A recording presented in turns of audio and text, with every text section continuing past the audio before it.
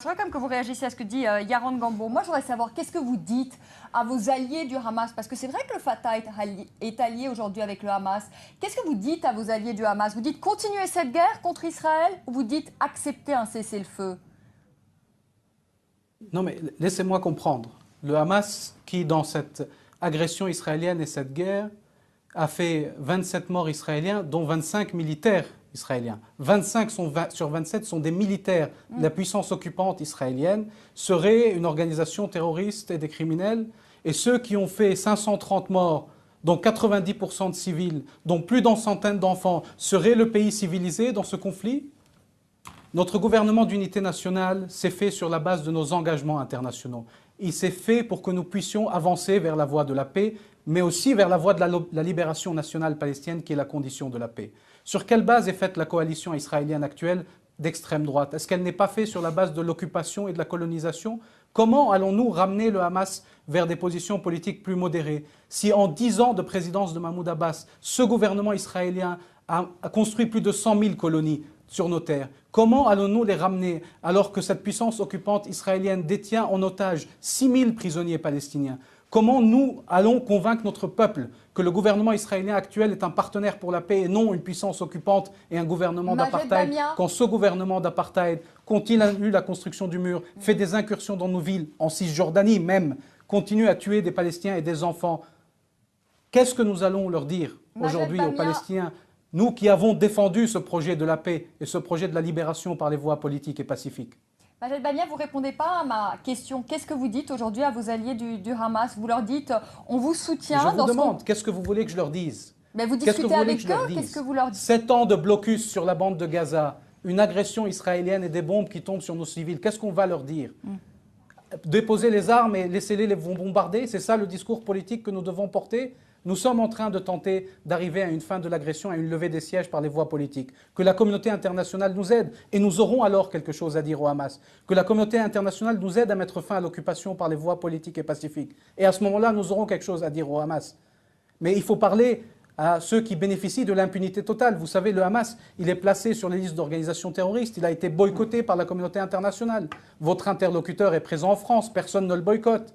Cette impunité israélienne qui se poursuit est la raison essentielle pour laquelle le processus de paix n'avance pas. Ce n'est pas le Hamas, c'est l'occupation, c'est le déni des droits depuis 60 ans des Palestiniens. Ça suffit de dire que parce qu'il y a la révolte des esclaves, que l'esclavage est acceptable.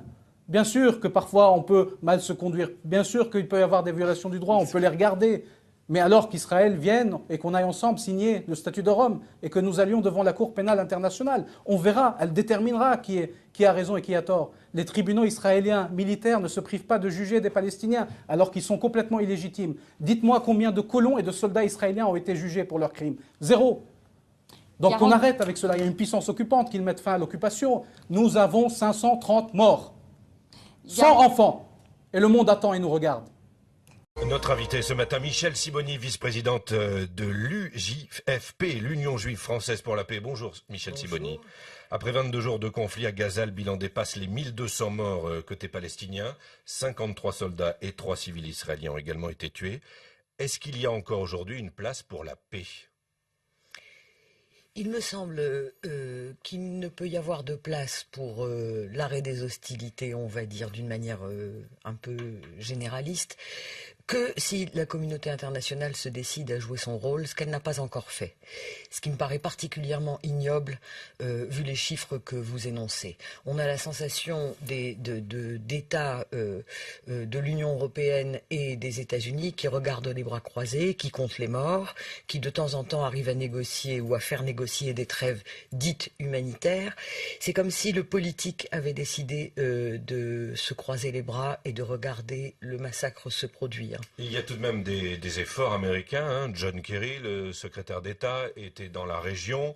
Il a tenté de concilier les points de vue, tenté de négocier une trêve humanitaire. Il y a aussi les appels de l'ONU, mais tout ça n'est pas entendu parce que, d'après vous, la communauté internationale n'est pas assez en pointe et à l'action ? Non seulement elle n'est pas assez en pointe et à l'action, mais elle est en régression. Ce qui est éminemment dangereux. Si on se rappelle du vocabulaire des Nations Unies pendant l'opération Plomb durci, les termes de crimes de guerre étaient prononcés, par exemple. En ce moment, on les entend pas. Il y a une espèce de pudeur scandaleuse, ignoble à mon avis, sur cette histoire, qui révèle une forme de, non seulement de lâcheté, mais je dirais presque de perversité. Il est scandaleux qu'on n'arrête pas Israël, comme si les États-Unis ou l'Union européenne n'avaient pas les moyens de le faire. Je vais juste rappeler un tout petit exemple. La fin de la première intifada se passe comment? Elle se passe par la levée de l'accord d'association commercial qui unit Israël et l'Union européenne. Et en 5 minutes, Israël s'arrête et commence la conférence de Madrid qui entraîne le processus de négociation dit de Oslo. C'est-à-dire que la perversité, ça consiste à faire croire qu'on n'a pas les moyens d'agir. Israël n'a que le pouvoir qu'on lui prête.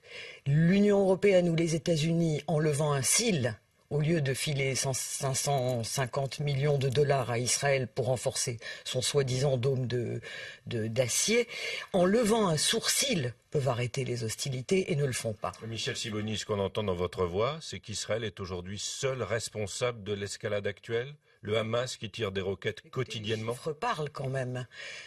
Oui, Ça veut mais dire quoi, tirer de... des roquettes?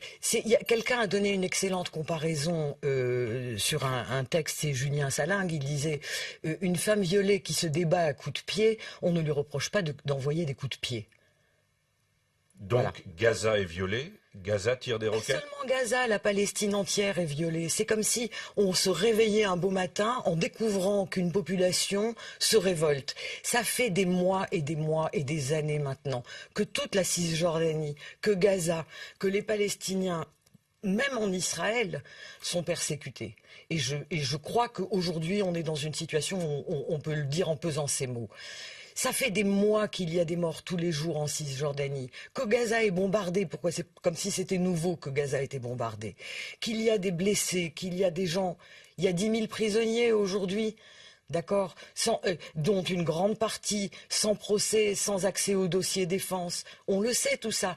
Personne ne le dit et tout d'un coup on se réveille un beau matin parce qu'une partie de la population palestinienne se révolte. Mais aujourd'hui, on a à Jérusalem-Est une grande levée de révolte. On a la Cisjordanie qui est bouillonnante d'après les camarades ou les militants qu'on peut interroger là-bas au téléphone. C'est ce qu'on entendra également dans le prochain journal. Oui. Michel Sibony, si on raisonne par l'absurde, quel intérêt a Israël aujourd'hui à tuer et blesser des milliers de civils devant les caméras de télévision du monde entier? On connaît, il y a au moins 2 raisons connues. Une, c'est empêcher à tout prix l'unité nationale qui était en train de se former entre le Fatah et le Hamas. Entre le Fatah et le Hamas, et qui était en train, avec l'accord du Hamas, de ramener le Hamas sur un terrain beaucoup plus politique et beaucoup moins militaire. Donc il y a une volonté de tuer le Hamas politiquement. Il y a une volonté de l'affaiblir, parce que de toute façon, ça va affaiblir aussi l'autorité palestinienne.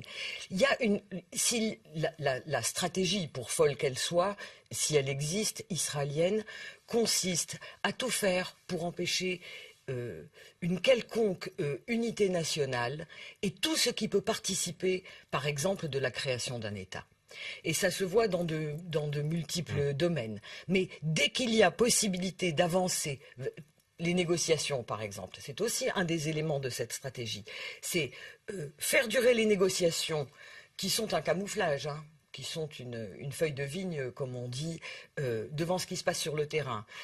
Faire durer les négociations. Quand elles échouent, et que tout le monde le dit, c'est la faute des Israéliens qui ne veulent pas, en réalité, arriver à un quelconque accord.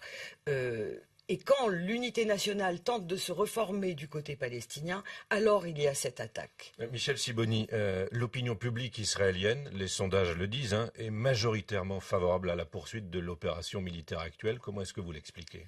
Écoutez, il y a un excellent article d'Akiva Eldar qui a été traduit en anglais. Akiva Eldar est un éditorialiste du Haaretz qui explique comment Netanyahou a gagné la bataille de l'opinion, mais c'est pas difficile en Israël. On a une opinion qui est extrêmement travaillée par une propagande qui dure depuis pratiquement la naissance de l'État, qui fait toujours vivre les gens en situation de peur et d'insécurité. Mais danger mortel. l'insécurité est réelle. Les tirs de roquettes du Hamas et des roquettes qui arrivent de plus en plus près des villes, c'est une réalité. Les roquettes qui sont abattues au-dessus de Tel Aviv, c'est une réalité de ces dernières semaines.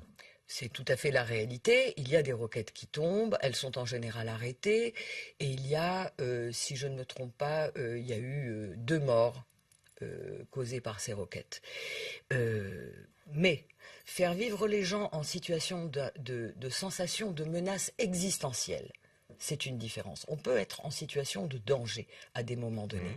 Faire vivre les gens en situation de menace existentielle, ce qui permet de leur faire croire que cette guerre peut utiliser tous les moyens contre des populations civiles et que tout est permis, ça c'est une autre affaire. Un autre aspect de cette question, Michel Sibony, vu de France, est-ce que vous craignez l'importation en France de ce conflit israélo-palestinien? On a vu des débordements lors de rassemblements, est-ce que c'est à craindre? Écoutez, le terme importation me paraît comique aujourd'hui. Je crois que nous sommes dans une situation où Michel Warshawski, qui est un vieil ami et un anticolonialiste israélien, quand il parlait de recolonisation du monde et de guerre permanente comme mode de modalité du pouvoir d'aujourd'hui, chez les néoconservateurs, je ne comprenais pas très bien ce qu'il disait. Je crois qu'aujourd'hui, je commence à comprendre. Il y a un mode de gestion des sociétés qui se fait par la peur et par le sécuritaire. Importer le conflit, c'est aussi importer des assignations qui sont les mêmes qu'en Israël, c'est-à-dire tout ce qui est arabe est dangereux et terroriste et menaçant, tout ce qui est juif doit être privilégié et mis à part. De mon point de vue, c'est antisémite, si vous me demandez. La seule chose qui peut protéger les juifs dans le monde, c'est de faire d'eux des gens comme tout le monde, c'est-à-dire soumis à la loi. Et d'un mot, est-ce que les événements actuels à Gaza alimentent un nouvel antisémitisme en France? C'est l'inaction internationale, la désignation d'Israël comme un État d'exception et comme un régime d'exception, et contre lequel toute tentative de protestation est criminalisée, puisque comme vous le savez, nous avons des camarades, notamment du NPA, qui sont poursuivis maintenant pour organisation de manifestations.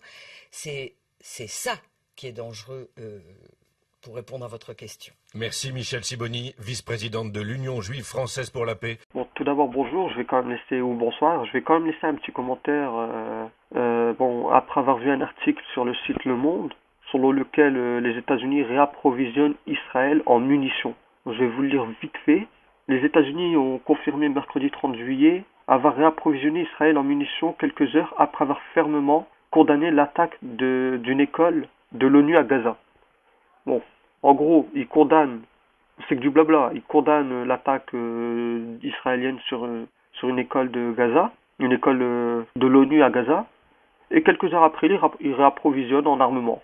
Vraiment du foutage de gueule, il faut le dire, il n'y a pas d'autre mot. À la suite de l'article, l'armée israélienne avait demandé un réapprovisionnement le 20 juillet afin de remédier à la baisse de ses stocks, a indiqué le Pentagone.